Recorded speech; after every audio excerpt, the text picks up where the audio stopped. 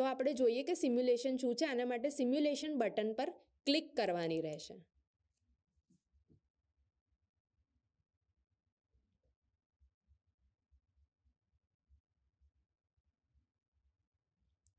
હવે જી શાળા પ્લસ એપનો ફાયદો ટીચર્સને કેવી રીતે થઈ શકે એ તમે આ સ્ક્રીન પરથી જોઈ શકો છો. જેમ કે શિક્ષક મિત્રોએ ઘણી બધી વખત ઘણા જટિલ વિષયો ભણાવવાના આવતા હોય છે. હવે એ દરેક જટિલ વિષયોને ભણાવવા માટે શિક્ષક મિત્રોએ બોર્ડ પર આકૃતિઓ દોરવી પડે, ગ્રાફ દોરવા પડે, ક્યાં તો આ બધી વસ્તુમાં ઘણી બધી આકૃતિઓ માટે અલગ અલગ બુક્સનો ઉપયોગ કરવો પડે. હવે આ બધું વર્ગખંડમાં બતાવવું ઘણી વખત બહુ અઘરું પડતું હોય છે શિક્ષકને, કારણ કે જનરલી 40થી 45 મિનિટના લેક્ચરમાં શિક્ષક મિત્રનો અડધો સમય તો આકૃતિઓ બનાવવામાં જ વેડફાઈ શકે છે. આને માટે જી શાળા પ્લસ એપની આ એપ બહુ જ ઉપયોગી બની શકે એમ છે, કારણ કે આમાં 3D સિમ્યુલેશન્સ તેમજ વિવિધ એનિમેશન, રંગબેરંગી આકર્ષક આકૃતિઓ 3D મોડેલમાં દર્શાવવામાં આવી છે, જેના દ્વારા શિક્ષક મિત્ર બહુ જ સરળતાથી વિદ્યાર્થી મિત્રોને માહિતી પહોંચાડી શકે છે. અહીંયા તમે જોઈ શકો છો કે આ 3D મોડેલ એને અલગ અલગ એંગલથી તેમજ વધારે નજીકથી કે દૂર કરીને પણ શિક્ષક મિત્ર ક્લાસરૂમમાં જ બતાવી શકે છે. આ સાથે તમે એવું પણ જોઈ શકો છો કે અહીંયા તમને વિવિધ બટન્સના ઓપ્શન્સ આપવામાં આવ્યા છે, ડાબી બાજુ તેમજ જમણી બાજુ. તો આ બટન્સ શું માહિતી આપે છે એના વિશે આપણે જાણી લઈએ. આપની સ્ક્રીન પર ડાબી બાજુ દેખાતા બટન્સમાં આપને પરિચય, લેબલ્સ, પ્રવૃત્તિ અને પ્રેક્ટિસ એવા 4 અલગ અલગ વિકલ્પ આપવામાં આવ્યા છે, જે તમને આ વિષય ભણાવવા માટે અથવા આ ટોપિક ભણાવવા માટે બહુ કેવી રીતે હેલ્પફુલ થઈ શકે છે એની વાત જોઈએ.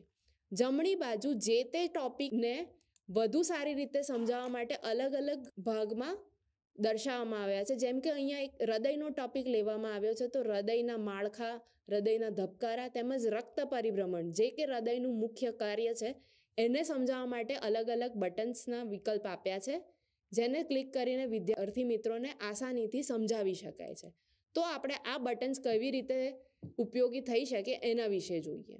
સૌ પ્રથમ ડાબી બાજુ પરિચય બટનમાં તમને આ ટોપિક રિલેટેડ એક સંક્ષિપ્ત માહિતી મળી જશે, જેમ કે હૃદય શું છે, હૃદયનું કાર્ય શું છે, હૃદય ક્યાં આવ્યું, આ બધી જ માહિતી તમે અહીંયાથી વિદ્યાર્થી મિત્રોને બતાવી શકો છો. હવે કોઈ શિક્ષક મિત્રને એવું થાય કે આ તો ક્લાસરૂમમાં અમે લોકો બ્લેકબોર્ડ કે વ્હાઇટ બોર્ડનો યુઝ કરીને ભણાવવામાં ટેવાયેલા છીએ, તો અમને આ વસ્તુ ફાવશે કે નહીં.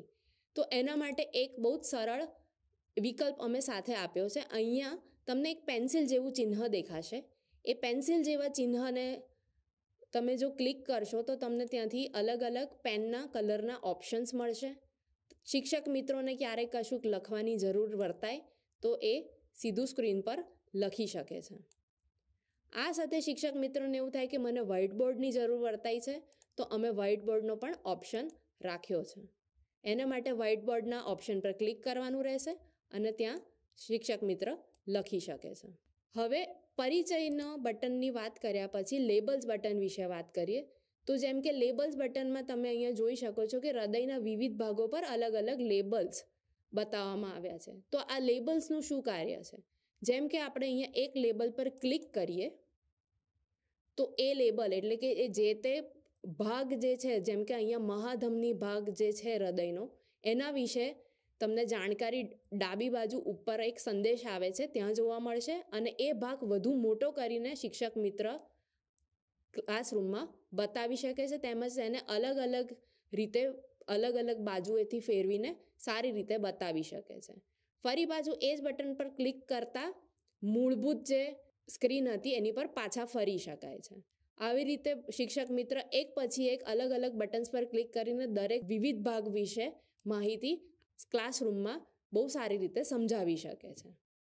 હવે વિવિધ ભાગોની માહિતી તમે ભણાવી દીધી, એના પછી વિદ્યાર્થી મિત્રોને એ વસ્તુ સરખી રીતે સમજણ પડી છે કે નહીં એની જો ચકાસણી કરવી હોય તો એના માટે શિક્ષક મિત્રોને હેલ્પફુલ બને એના માટે પ્રવૃત્તિનું એક બટન આપવામાં આવ્યું છે. આ પ્રવૃત્તિમાં શિક્ષક મિત્રો વિદ્યાર્થીઓને પ્રશ્નો જેમ પૂછતા હોય છે એવી રીતે અહીંયા પણ પૂછી જ શકે કે આ ભાગ જે શિક્ષક મિત્ર લેબલ બટન દરમિયાન સમજાવી ગયા છે તો આ ભાગનું નામ શું છે. જો વિદ્યાર્થી મિત્ર માની લો કે ખોટો જવાબ આપે છે તો એ સિલેક્ટ થઈને એમાં સિલેક્શન જશે જ નહીં, પણ જો સાચો જવાબ આપે છે તો એ ડેટા ફીડ થઈ જાય છે. એના પરથી આ શિક્ષક મિત્ર ભણાવતાની સાથે સાથે જ રિવિઝન પણ કરાવી શકે છે વર્ગખંડમાં જ. આ ઉપરાંત એક પ્રશ્નોત્તરી પણ સાથે આપવામાં આવી છે, જેથી શિક્ષક મિત્રોને વધુ ખ્યાલ આવે કે વિદ્યાર્થી મિત્રને ટોપિક વિશે વ્યવસ્થિત સમજણ પડી છે કે નથી પડી. અહીં પણ શિક્ષક મિત્ર પોતે ક્લિક કરીને જવાબ બતાવી શકે છે, અથવા તો વર્ગખંડમાંથી કોઈ વિદ્યાર્થીને પણ બોલાવીને એમના જોડે પણ આ એક્ટિવિટી કરાવી શકે છે. જો જવાબ ખોટો હશે તો ખોટું છે કે સાચું એનો પણ ડેટા મળી જશે. ઓકે બટન પર ક્લિક કરતા વળી પાછું નવા ભાગ માટે ફરીથી તમને અલગ અલગ રીતે પૂછવામાં આવશે. તો આ વસ્તુ શિક્ષક મિત્ર પ્રવૃત્તિ બટન દ્વારા બતાવી શકે છે. હવે આપણે જોઈએ પ્રેક્ટિસ બટનમાં શું છે. પ્રેક્ટિસ બટન એ સિમ્યુલેશનનો મુખ્ય ભાગ છે કે જેમાં તમે એક વખત માની લો કે અહીંયા હૃદયની વાત થાય છે તો હૃદયના વિવિધ ભાગો વિશે તમે લેબલ્સ બટનમાં જાણકારી આપી. હવે તમારે એ હૃદય કેવી રીતે કામ કરે છે અને કયા કયા ભાગો શું કામ કરે છે વધારે સારી રીતે બતાવવું છે. તો એના માટે તમને અહીંયા હૃદયને છૂટું પાડો કે હૃદયના વિવિધ ખંડ અથવા વાલ અથવા રક્તવાહિનીઓ એના વિશેની જાણકારીઓ માટેને અલગ ઓપ્શન્સ આપવામાં આવે છે. તો આપણે જોઈએ કે શું થાય છે. જેમ કે અહીંયા આપણને કહ્યું છે કે છૂટું પાડો. છૂટું પાડતા જ હૃદયના વિવિધ ભાગો ફરીથી એકબીજાથી અલગ થઈને વિદ્યાર્થી મિત્રોને તમે આરામથી બતાવી શકો છો. એના વિશેની જે જાણકારી છે એ તમને ફરી ડાબી બાજુ ઉપર સંદેશમાં જોવા મળે છે. એક પછી એક દરેક બટન્સને ક્લિક કરતા તમને આ જ પેટર્નમાં અલગ અલગ રીતે વિવિધ ભાગોની ફરીથી જાણકારી મળી શકે છે. આને તમે અલગ અલગ રીતે ફેરવી શકો છો, ઝૂમ ઇન ઝૂમ આઉટ કરી શકો છો. ઝૂમ ઇન ઝૂમ આઉટ માટે તમારે માત્ર માઉસનું કર્સર ઉપર નીચે કરવાનું રહે છે. આ તો થઈ જમણી બાજુના પહેલા બટનની એટલે કે હૃદયના માળખાની વાત. આવી રીતે માની લો કે તમારે વિદ્યાર્થી મિત્રને ધબકારાની જાણકારી આપવી છે તો એના માટે ફરી પાછું એક નવું મોડેલ દર્શાવવામાં આવે છે. હવે શિક્ષક મિત્ર જ્યારે ક્લાસરૂમમાં ભણાવતા હોય કે ભાઈ ધબકારા કેવી રીતે હૃદયમાં આવતા હોય છે, અથવા તો માની લો કે માનવ શું કામ કરતા જે એક્ટિવિટી કરતો હોય છે એના પ્રમાણે હૃદયના ધબકારામાં શું ફેરફાર આવે છે, એ બધું શિક્ષક મિત્ર બ્લેકબોર્ડ પર સમજાવી તો શકે છે, પણ એ સમજાવવા માટે શિક્ષકને ઘણી તકલીફ પડે છે. આ જ વસ્તુ તમે અહીંયા સ્લાઇડર બટનની મદદથી વિદ્યાર્થી મિત્રોને આસાનીથી સમજાવી શકો છો કે જેમ કે ઝડપ વધારવામાં આવે, માણસ બહુ ફટાફટ દોડે છે તો એ વખતે હૃદયના ધબકારામાં પણ વધારો થાય છે અને એ વધારો તમને બાજુમાં ઇસીજી દ્વારા ખ્યાલ આવે છે.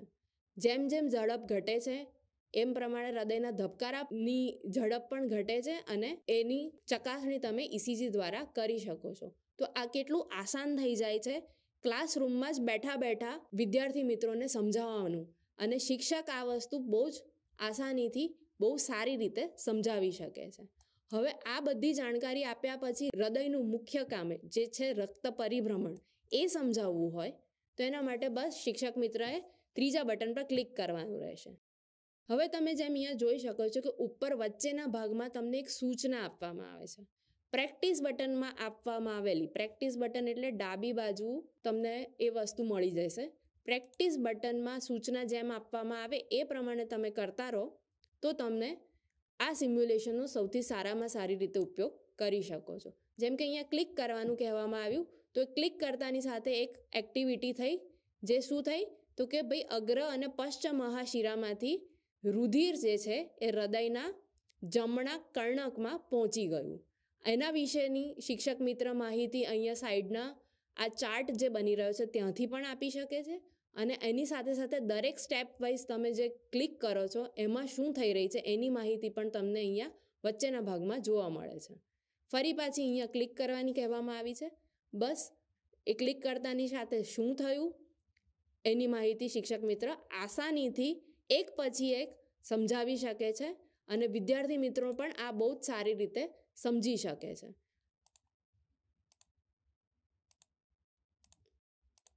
જેમ જેમ ક્લિક કરતા જઈએ છીએ એમ તમે જોઈ શકો છો કે સમગ્ર રુધિરાભિસરણનું જે ચક્ર છે એ આખું બનતું ગયું છે. આમાં સાથે સાથે તમે એ વસ્તુ પણ સમજાવી શકો છો, જેમ કે અહીંયા એરોઝની ડિઝાઇનમાં બતાવવામાં આવ્યું છે કે અમુક એરોઝ બ્લુ રંગના એટલે કે વાદળી રંગના છે અને અમુક જે છે એ લાલ રંગના છે. તો એના માટે શિક્ષક મિત્ર ને આ સમજાવવું બહુ આસાન બની જાય છે કે જે ભૂરા રંગના જે એરો છે એ ઓક્સિજન વિહીન રક્તની વાત કરે છે, જ્યારે લાલ રંગના એરોઝ જે છે એ ઓક્સિજન યુક્ત રક્તના પરિભ્રમણ વિશેની વાત કરે છે. તો આ કેટલું સારી રીતે અને કેટલું સરળ રીતે રુધિરાભિસરણની પ્રક્રિયા જે હૃદયમાં થઈ શકે છે આપણે શિક્ષક મિત્રો વિદ્યાર્થી મિત્રોને આસાનીથી સમજાવી શકે છે. તો બસ આ જ વસ્તુ છે જી શાળા એપમાં તમે વિદ્યાર્થી મિત્રોને આસાનીથી સમજાવો અને સરળતાથી વિદ્યાર્થી મિત્રો એમની સામે આવેલા 3D એનિમેશન અને મોડેલની મદદથી વિદ્યાર્થી મિત્રોને પણ સમજવામાં ઘણું સરળ રહે છે. તેમજ સાથે સાથે શિક્ષક મિત્રોનો સમય પણ બચે છે. ઉપરથી વર્ગખંડમાં જ વારે વારે પુનરાવર્તન પણ થતું જાય છે. શિક્ષક મિત્રો પ્રશ્નોત્તરી પણ કરી શકે છે અને આ જોતા પછી વિદ્યાર્થી મિત્રોને જો નવા પ્રશ્નો ઉદ્ભવે તો શિક્ષક મિત્રો એનું આસાનીથી નિરાકરણ પણ આ 3D મોડેલ્સ કે એનિમેશન બતાવીને કરાવી શકે છે.